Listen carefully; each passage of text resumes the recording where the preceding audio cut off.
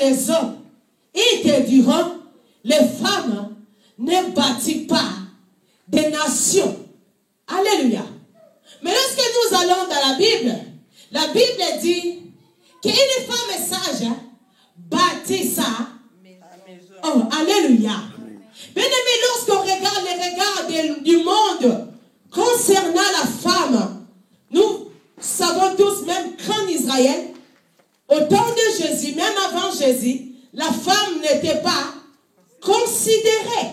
La Bible même dit qu'il a fait manger 5000 hommes, sans côté les femmes et les enfants. Donc il mettait la femme au niveau de l'enfant. S'il ne comptait pas les enfants, avec les femmes, c'est que la femme a la même valeur qu'un enfant. Alléluia. Alléluia. Mais aujourd'hui, notre thème concerne la femme, comme la Bible dit, femme, pourquoi pleures-tu? On a toujours dit que la femme a été déconsidérée aux temps anciens. Maintenant, bien aimé, jusqu'aujourd'hui, la femme n'a pas de valeur. Jusqu'aujourd'hui, la femme n'a pas un niveau. Pourquoi?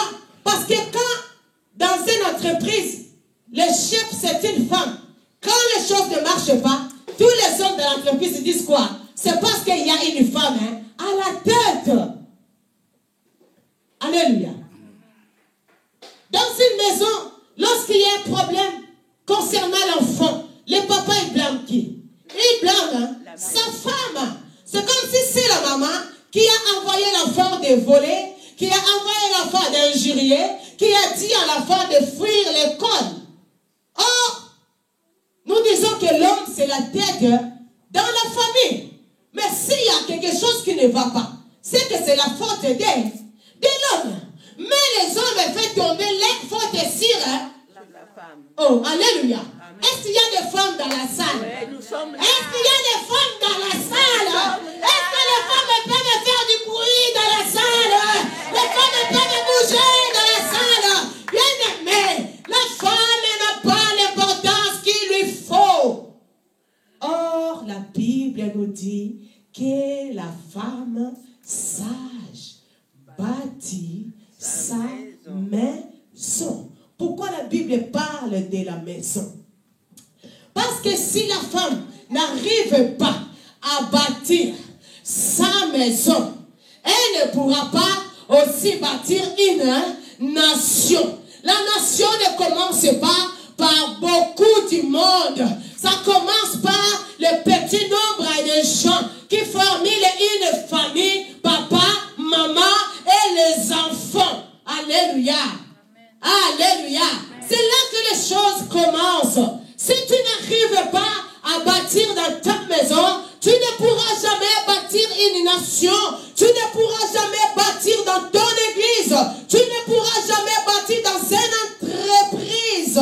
Bien-aimé, Dieu a donné la force, la mission de bâtir à la femme. Mais le monde dit, une femme ne peut pas bâtir. Oh, alléluia. Alléluia. Bien aimé, regardez le niveau que Dieu a mis la femme. Regardez la valeur que Dieu a donnée à la femme. Regardez cette autorité que Dieu a donnée. Parce que la personne qui bâtit, c'est quelqu'un qui a de l'autorité, qui a la force, l'intelligence, qui voit après-demain, qui comprend que le futur existe. Raison pour laquelle il faut que je baptise aujourd'hui, afin que demain je ne manque de rien. Mais l'homme, le monde, les gens de ce monde, ils refusent que la femme puisse bâtir. Ils ont dit que Basi Matongaka Mokate. Or, sans les femmes, une nation ne peut pas être. Oh, alléluia. Ne peut pas se bâtir, bien-aimé. ça demande qu'il y ait une femme. Même aujourd'hui, ils sont en train de se contredire. Les mêmes personnes qui a dit que les femmes ne peuvent pas bâtir, c'est les mêmes personnes qui disent derrière un homme fort, il y a une femme forte, géante, puissante, intelligente. Alléluia. Amen. Les femmes sont appelées à s'élever et à bâtir. Mais ici, nous voyons que la question est posée à une femme qui était en train de pleurer. Amen, amen. Amen, amen. Bien aimé, la femme dont je viens de parler, que je dis intelligente, forte, puissante, c'est la femme-là qui était en train de pleurer. La femme a pleuré. Et je suis allé pour voir et comprendre les pleurer. Qu'est-ce que pleurer? Quand on vous parle que cette personne est en train de pleurer, comment l'expliquer? Qu'est-ce qui vous prouve que la personne est en train de pleurer? Les larmes. Amen. Elle est triste et puis il y a des larmes qui sortent. Merci. Alléluia. Alléluia. Amen. Bien aimé, quand on parle de pleurer, le pleurer, c'est pas seulement quand les larmes sortent. Oui, c'est vrai. Quand on veut voir du ciel normal, on va dire que la personne pleure parce qu'on voit des larmes. Mais bien aimé, il y a des pleurer qui ne fait pas sortir. Des larmes, comme la pleurs de Anne. Lorsque Anne a pleuré, la Bible dit, c'est dans son cœur qu'elle était en train de pleurer, sa bouche bougeait, mais les paroles ne sortaient même pas. Alléluia. Alléluia. Anne a pleuré. Anne était là, en train de vivre la stérilité. Comment ça fait mal? Comment ça fait la honte? Comment ça décourage de vivre?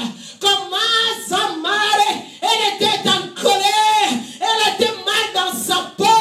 Son mari lui donnait à manger, lui donnait à boire, achetait tout pour elle. Mais Anne n'était pas contente. Tout simplement parce que dans son cœur, elle était en train de pleurer. Alléluia. Amen. Je vis Anne qui pleurait dans son cœur. Et j'ai vu aussi une autre femme qui a, elle aussi, pleuré. Mais il y avait une raison. La raison de Anne, c'était la stérilité. Mais la raison de cette femme était autre. Nous allons ouvrir nos Bibles. Dans le livre de Luc. Luc 7, verset 13. Est-ce que quelqu'un peut faire la lecture dans la salle, s'il vous plaît? Cela me permettra de me reposer un tout petit peu. Luc 7, verset 13.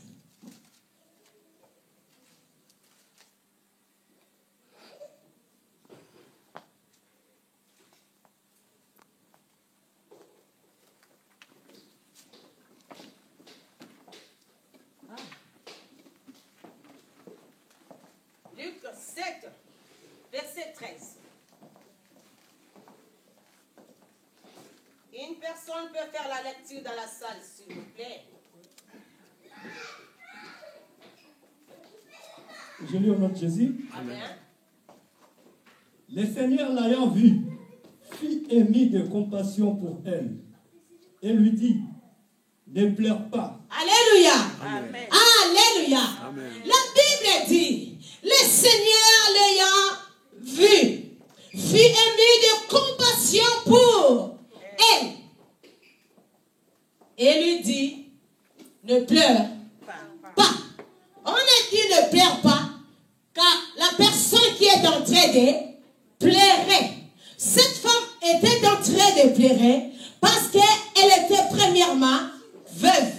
Et deuxièmement, elle avait perdu son fils. Son fils, le seul qui lui restait, le seul qu'elle avait, elle avait perdu. Et cette femme ne pleurait pas comme tout le monde, ne pleurait pas comme d'habitude.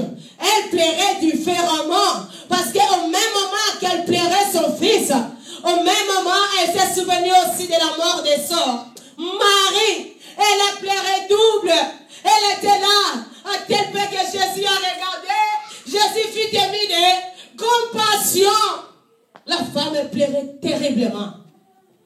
Vous savez, quand une femme pleure, quand une femme a des douleurs au fond de lui, lorsqu'il pleure, il ne pleure pas pour que les gens voient qu'elle est en train de pleurer. Elle pleure à cause de la douleur, parce que ça fait mal, parce que je ne peux pas supporter, parce que je n'ai pas voulu cette situation, parce que je n'ai pas souhaité cette situation, parce que je ne peux pas changer aussi ce qui est arrivé. La femme était en train de pleurer. La femme avait tiré l'attention de Jésus. Jésus qui était Dieu, Seigneur et Roi. Il fut ému de compassion. Jésus a eu mal au cœur. Jésus a voulu pleurer. Jésus, Jésus a regardé la femme pleurer. Il a vu que la situation était terrible. Jésus, oh non, cette femme était en train d'exprimer l'état de son cœur. Elle exprimait l'état de son intérieur. Là où personne ne peut entrer, là où personne ne peut toucher, là où personne ne peut contrôler, c'est le Dieu qui connaît les douleurs qui étaient dans le cœur de cette femme qui avait perdu son mari auparavant et après elle perd encore son fils. Alléluia. Alléluia. Bien aimé, il y avait du monde. Ils sont venus pour soutenir la femme. La soutenir pour l'aider à enterrer son fils. Cette femme n'avait pas besoin de ce genre d'aide. L'aide qu'elle attendait, c'est que son fils puisse revenir à la vie. Mais la Bible dit que la foule qui marchait avec la femme, ils se sont croisés avec la foule qui marchait avec Jésus. Et Jésus a vu la femme pleurer. Jésus fut ému de compassion. Parce que Jésus a compris que la femme ne pleure pas seulement le fils qui venait de mourir. Elle pleurait en même temps aussi son mari. Bien aimé, ça ne vous est jamais arrivé que vous allez chez le voisin. Ils ont perdu leur grande sœur. Ils ont perdu leur maman. Si toi aussi ta maman était morte, bien aimé, tu vas pleurer. Tu ne vas pas pleurer la maman de ta voisine, mais tu vas pleurer ta maman qui était déjà morte depuis longtemps. Alléluia. Alléluia. Bien aimé, une fois ma mère aussi avait pleuré. Ma mère a pleuré. C'est ma grande sœur qui me l'a dit. Ma grande sœur, la deuxième, elle était morte à l'hôpital. Et ma mère est venue à l'hôpital avec les médicaments qu'il fallait. La nuit, ils n'ont pas eu le temps, il n'y avait pas l'argent. Le matin, elle a pu acheter le médicament. Elle est arrivée à l'hôpital pour dire que ma fille, elle va prendre les médicaments et elle sera guérie avec tout espoir parce qu'il y avait le médicament entre ses mains. Bien aimé, ma mère avançait, elle a vu de loin, il y avait une autre grande sœur, elle qui gardait la malade, elle était en train de pleurer. Ma mère a compris de loin que Mia est morte. Bien aimé, elle m'a dit, je n'étais pas debout. Je me suis mis à 4 pattes. J'ai avancé à 4 pattes jusqu'à là où il y avait ma fille. Parce que j'avais le médicament. Parce qu'il ne fallait pas qu'elle meure. Parce que c'était impossible qu'elle parte. Elle était trop jeune. Elle avait 19 ans. Une femme pleurait. Alléluia. Alléluia. Et notre message d'aujourd'hui parle des femmes. Pourquoi pleure? Oh, alléluia. Acclamons pour la parole de Dieu. Acclamons pour la parole de Dieu. Lorsqu'une femme pleure, c'est terrible. Lorsqu'une femme pleure, elle ne pleure pas pour rien. Lorsqu'une femme pleure, c'est parce qu'il y a une situation qui ne va pas et elle veut que ça change.